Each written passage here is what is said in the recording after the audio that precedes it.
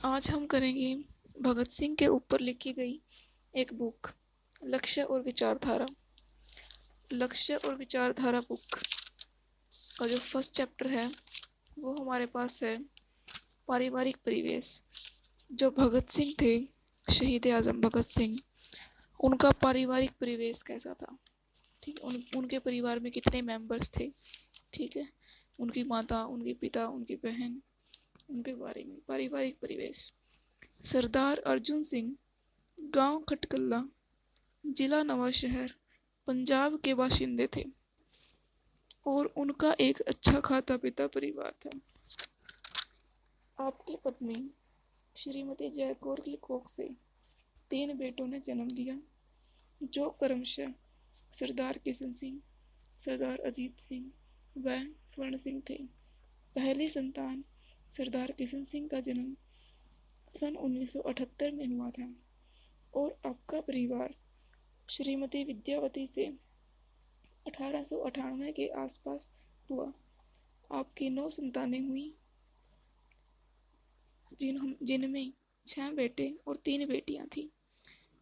आपकी इन 9 संतानों के नाम क्रमशः जगत सिंह, भगत सिंह, अमर कौर, कुलदीप सिंह, कुलतार सिंह, प्रकाश कौर, शकुंतला, राजेंद्र सिंह और रणबीर सिंह थे। भगत सिंह का जन्म 28 सितंबर सन 1907 दिन शनिवार को गांव बंगा, जिला लायपुर जो पाकिस्तान में फैसलाबाद के नाम से जाना जाता है, में माता विद्यावती की कोख से हुआ था। जिस दिन भगत सिंह का जन्म हुआ, उनके पिता सरदार किशन सिंह और दोनों चाचे सरदार अजीत सिंह व सरदार स्वर्ण सिंह देश की स्वाधीनता के संघर्ष के अपने प्रयासों के जुर्म में जेल में कैद थे और उसी दिन सरदार किशन सिंह, उनके छोटे चाचा स्वर्ण सिंह जेल से रिहा होकर घर आए थे और बड़े चाचा सरदार अजीत सिंह, जो लाला लाजपत राय के साथ देश में निर्वासन की सजा बर्मा की मांडले जेल में भुगत रहे थे, अंग्रेज सरकार द्वारा उनके निर्वासन की समाप्ति की सूचना भी उसी दिन घर पहुंची थी। इसीलिए इतना बड़ा सुखद संयोग घटित होने पर परिवार के सभी लोगों ने जन्मे बालक को बहुत ही भाग्यवान कहा और उनकी दादी श्रीमती जयकौर ने बालक का नाम भगत सिंह रख दिया। 11 नवंबर सन 1907 को सरदार अजीत सिंह और लाला लाजपत राय की जेल से रिहाई हुई थी और पुनः सन 1909 में जब भगत सिंह मात्र 2 वर्ष के थे, सरदार अजीत सिंह देश को आज़ाद कराने का मंसूबा लेकर देश से बाहर चले गए थे और फिर भगत सिंह ने अपने चाचा अजीत सिंह को कभी नहीं देखा, लेकिन वे उनके दिल में बस गए थे। सरदार अजीत सिंह की पत्नी हरनाम कौर घर पर रहकर क्रांतिकारी गतिविधियों के लिए सहायक बनी रही। सरदार अजीत सिंह 15 अगस्त सन 1947 को ही स्वदेश लौटे थे और इसी दिन डलहौजी में उनकी मृत्यु हो गई थी। अपनी अंतिम सांस लेने से पूर्व उन्होंने अपनी पत्नी श्रीमती हरनाम कौर के चरण छुए थे। भगत सिंह के दूसरे चाचा सरदार स्वर्ण सिंह जेल के घोर यातनापूर्ण जीवन से बीमार हो गए थे और लंबी बीमारी के गुजरने के बाद मात्र 23 वर्ष की उम्र में ही सन 1910 में उनका निधन हो गया था। उनकी पत्नी श्रीमती हुकुम कौर सन 1966 तक जीवित रही। भगत सिंह के दादा सरदार अर्जुन सिंह एक सिख थे, लेकिन आर्य समाज के संस्थापक स्वामी दयानंद सरस्वती जी से वार्तालाप और वाद विवाद के बाद वे आर्य समाजी हो गए थे। भगत सिंह के जन्म से 8-10 वर्ष पूर्व सरदार अर्जुन सिंह अपने मूल निवास स्थान गांव खटकट कला, जिला जालंधर अब नवा शहर के नाम से जाना जाता है। पंजाब को छोड़कर गांव बंगा जिला लायपुर में जाकर बस गए थे। भगत सिंह का चौथी कक्षा तक पालन पोषण अपने इन्हीं आर्य समाजी दादा के संरक्षण में गांव बंगा में हुआ था। और सरदार अर्जुन सिंह ने आर्य समाजी संस्कारों के चलते अपने बड़े दोनों पोतों यानी भगत सिंह और जगत सिंह का यज्ञोपवीत भी कराया था। भगत सिंह के भतीजी वीरेंद्र सिंधु इस यज्ञोपवीत संस्कार के बारे में लिखती हैं। जब उनके बड़े पोतों जगत सिंह और भगत सिंह का यज्ञोपवीत संस्कार हुआ तो उन्होंने एक को अपनी बाईं बाजू में और दूसरी को अपनी दाईं बाजू में भरकर यह संकल्प किया कि मैं अपने वंशधरों को इस यज्ञ वेदी पर हो खड़े देश की बलि वेदी के लिए दान करता हूँ। चौथी कक्षा पास करने के बाद भगत सिंह को उनके पिता किशन सिंह ने 5वीं क्लास में डीएवी स्कूल लाहौर में दाखिला कराया था, क्योंकि भगत सिंह के माता पिता नवाकोट लाहौर में रहते थे।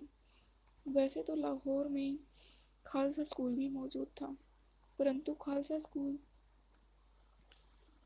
का प्रबंधक सरकार परस्त लोगों के हाथों में था और इस स्कूल में इंग्लैंड के सम्राट की स्तुति कराई जाती थी और गॉड सेव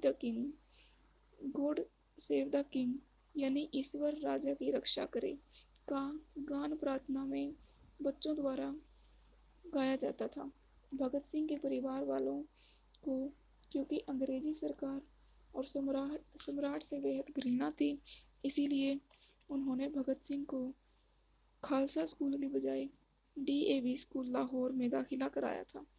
सरदार अर्जुन सिंह और उनके तीनों बेटे देश की स्वाधीनता के संग्राम में उतरे हुए थे और उनका घर क्रांतिकारियों का एक अड्डा बना हुआ था। भगत सिंह के चाचा सरदार अजीत सिंह ने सन 1906 में क्रांतिकारी सूफी अम्बा प्रसाद से मिलकर देश को आज़ाद कराने के लिए एक क्रांतिकारी संगठन भारत माता सोसाइटी की स्थापना की थी, जिसका नारा वंदे मातरम था। सरदार किशन सिंह, सरदार स्वर्ण सिंह, लाला हरदयाल, केदारनाथ सहगल आदि इस सोसाइटी के अन्य प्रमुख कार्यकर्ता धर्ता थे। लेकिन यह भारत माता हिंदू धर्म पर आधारित कोई माता नहीं थी और न ही वंदे मातरम उनका नारा हिंदूवादी भावनाओं से उपजा हुआ था। भगत सिंह ने खुद वंदे मातरम के नारे को अपने कई खतों में अभिवादन के तौर पर प्रयोग किया है। उन्हें भारत माता और वंदे मातरम में देश की शोषित पीड़ित जनता के अलावा और कुछ नहीं दिखाई देता था। भगत सिंह के पिता सरदार अजीत सिंह, सरदार किशन सिंह खुद भी देश की आज़ादी के संघर्ष के एक सक्रिय कार्यकर्ता और नेता भी थे तथा कांग्रेस के साथ जुड़े हुए थे। इस प्रकार भगत सिंह का घरेलू वातावरण क्रांतिकारी गतिविधियों और क्रांतिकारी साहित्य का एक केंद्र बना हुआ था। भगत सिंह ने चौथी कक्षा की पढ़ाई तक ही सरदार अजीत सिंह, सूफी अम्बा प्रसाद और लाला हरदयाल की लिखी अनेक पुस्तकें पढ़ डाली थी। सूफी अम्बा प्रसाद एक सच्चे देशभक्त थे, लेखक और पत्रकार भी थे। उनका जन्म सन 1958 में मुरादाबाद में हुआ था और जन्म से ही उनका दाहिना हाथ नहीं था। सन 1897 में ब्रिटिश सरकार ने उनके खिलाफ राजद्रोह का मुकदमा बनाकर उन्हें 1.5 वर्ष की कैद की सजा दी थी।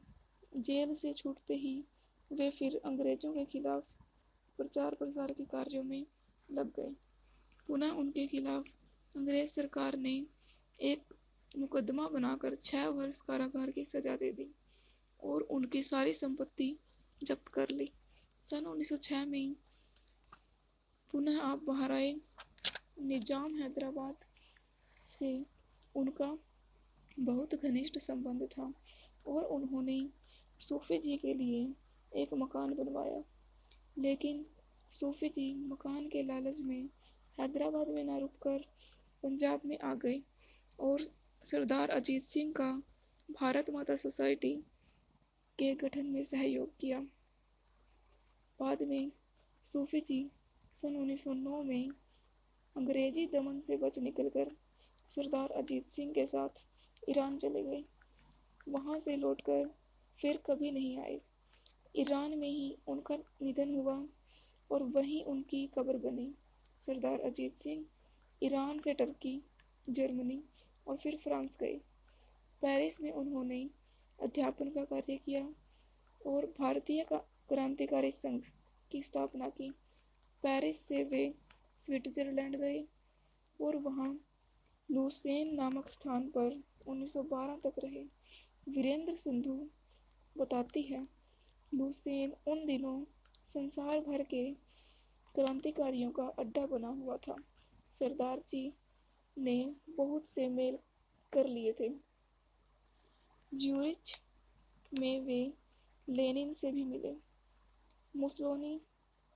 मुसोलिनी से भी उनकी मुलाकात हुई, जो उस समय विद्यार्थी ही थे। वीरेंद्र सिंधु आगे लिखती है, 1914 में पहला विश्व युद्ध आरंभ हो गया। सरदार जी अपनी योजनाओं में जुट गए। अंग्रेजों की तरफ से भारतीयों की जो सेना मोर्चों पर लड़ रही थी, उनमें बगावत के भाव फैलाते रहे और भारत के क्रांतिकारियों से अपना संपर्क जोड़ते रहे। कैंसर के साथ उनका संबंध हरदम ताज़ा बना रहा। अमेरिका में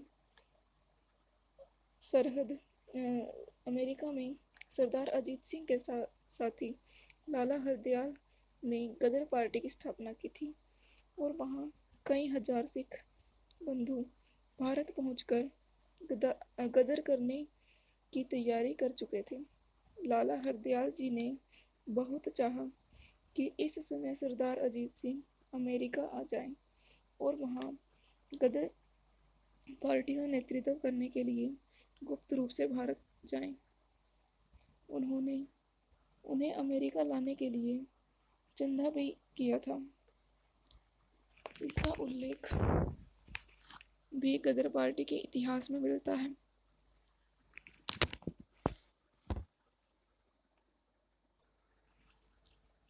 पर घटनाओं का अध्ययन करने से ऐसा मालूम पड़ता है कि सरदार जी अमेरिका जाने से अधिक अपना यूरोप में रहना आवश्यक और महत्वपूर्ण समझते थे। एक बार लाला हरदयाल ने कुछ झुंझलाहट के साथ कहा था, अजीत सिंह वहां बैठकर अपना समय खराब कर रहे हैं। बात ऐसी नहीं थी। असल बात यह थी कि प्रथम विश्व युद्ध में भारत में क्रांति अपने 3 रूपों में एक साथ आगे बढ़ रही थी। अमेरिका में संगठित गदर पार्टी के वीर जोश में अंधे हुए भारत पहुंचकर यहाँ की फौजों को अपने साथ मिलाकर आंतरिक तूफान उठाने की कोशिश कर रहे थे। काबुल में राजा महेंद्र प्रताप के राष्ट्रपतित्व में आज़ाद हिंद सरकार कायम हो गई थी। यह अपनी तैयारियों में जुटी थी। सरदार अजीत सिंह उन भारतीय सैनिकों को लेकर जो अंग्रेजों से बागी होकर उनसे आ मिले थे या फिर जर्मन सेनाओं के द्वारा गिरफ्तार होकर कैंपों में रह रहे थे, एक आज़ाद हिंद सेना का संगठन कर रहे थे। उन्हें आशा थी कि वे टर्की के रास्ते अपनी सेना लेकर काबुल सरकार से जा मिलेंगे। इस हालत में अंग्रेजों के छक्के छूट जाएंगे और हिंदुस्तान आज़ाद हो जाएगा। प्रसंगवश यह इस ऐतिहासिक तथ्य का उल्लेख किया जाना जरूरी था कि जिस प्रथम विश्व युद्ध के दौरान गदर पार्टी और अन्य क्रांतिकारी ताकतें अंग्रेजों को युद्ध में फंसा देखकर अपने देश की स्वतंत्रता के लिए बहादुरी के साथ प्रयासों में जुटी थी। उसी दौरान इन नरम दिल्ली कांग्रेस और महात्मा गांधी भारत के नौजवानों का अंग्रेजों की फौज में भर्ती होकर उनके लिए कुर्बान होने का आह्वान कर रहे थे। नरम दिल्ली कांग्रेस नेतृत्व और गांधी जी के आह्वान पर देश के 10 लाख से ज़्यादा जवान अंग्रेजी फौज में भर्ती हुए थे और उनके मोर्चों पर उनके लिए लड़ रहे थे। गांधी जी ने गांधी जी ने तो गुजरात में गांव-गांव जाकर इस भर्ती के लिए प्रयास किए थे। अंग्रेज सरकार ने गांधी जी को उनकी इस सेवा के बदले युद्ध खत्म हो जाने पर स्वराज्य का तोहफा देने का वादा किया था। युद्ध के वर्षों के दौरान अंग्रेज की राजभक्ति के बारे में इतिहासकार रजनीपाम दत्त लिखते हैं। युद्ध कला में उनके जो 4 वर्षीय अधिवेशन हुए उनमें कांग्रेस ने अपनी राजभक्ति का ऐलान किया और युद्ध के समर्थन के प्रस्ताव पास किए। यहाँ तक कि युद्ध खत्म हो जाने के बाद 1918 में दिल्ली में जो अधिवेशन हुआ उसमें भी अंग्रेज बादशाह के प्रति वफादारी का ऐलान किया गया और उसे युद्ध के सफलतापूर्वक समाप्त हो जाने पर बधाई दी गई।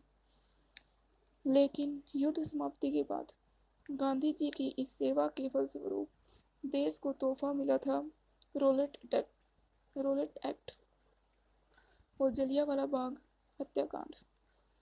युद्ध समाप्ति के बाद जब गांधी जी अंग्रेज सरकार से राजस्व दिए जाने की घोषणा की प्रतीक्षा कर रहे थे, उसी वक्त सरकार ने एक समिति का गठन किया जिसे रोलेट समिति के नाम से जाना जाता था। इस समिति का कार्यभार यह था कि सन 1905 से लेकर 1919 तक भारत में जितनी भी आतंकवादी क्रांतिकारी गतिविधियां हुई थी उनकी तथा उनके लिए जिम्मेदार व्यक्तियों की एक विस्तृत रिपोर्ट तैयार की जाए और ऐसे लोगों को जेल में डालने के लिए एक ऐसा कानून बनाया जाए जिसमें किसी भी ऐसे व्यक्ति को बिना अदालत में पेश किए, बिना सुनवाई का मौका दिए और बिना जमानत का अधिकार दिए जेल में डाल दिया जाए। इस प्रकार अंग्रेज सरकार ने देश की जनता का और भी कड़ाई से दमन करने के लिए यह नया कानून रोलेट एक्ट पास किया था, जिसके विरोध में देश की जनता उग्र रूप धारण करती जा रही थी। जलियांवाला बाग हत्याकांड इसी रोलेट एक्ट विरोधी जन आंदोलन को कुचल डालने के इरादे से गठित किया था, जिसमें कि सरकारी आंकड़ों के मुताबिक 379 पर असल में हजारों लोगों की हत्या हुई थी। अप्रैल 13 सन 1919 को घटित जलियांवाला बाग हत्याकांड के वक्त भगत सिंह 7वीं कक्षा में पढ़ते थे और वे इतने संवेदनशील थे कि इस कांड के अगले ही दिन वे स्कूल जाने के लिए अपने बस्ता लेकर घर से निकल गए और स्कूल की बजाय लाहौर के रेलवे स्टेशन पर जा पहुंचे, जहां से वे रेलगाड़ी में सवार होकर अमृतसर जलियांवाला बाग में गए। वहां जाकर देखा कि सारी भूमि खून से लथपथ थी। लोगों के खून से रंगी मिट्टी को शीशी में भरकर वे वापस उसी रास्ते घर पहुंचे। घर जाकर उस मिट्टी पर फूल चढ़ाए और यह सिलसिला दिनों दिन चलता रहा। भगत सिंह के मन पर इस घटना का बहुत ही गहरा प्रभाव पड़ा था। इस पैमाने के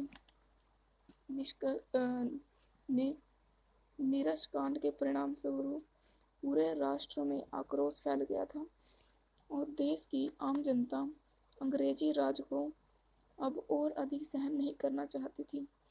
देश के लोग आगे कदम बढ़ा रहे थे। कांग्रेस नेतृत्व पीछे छूटता जा रहा था।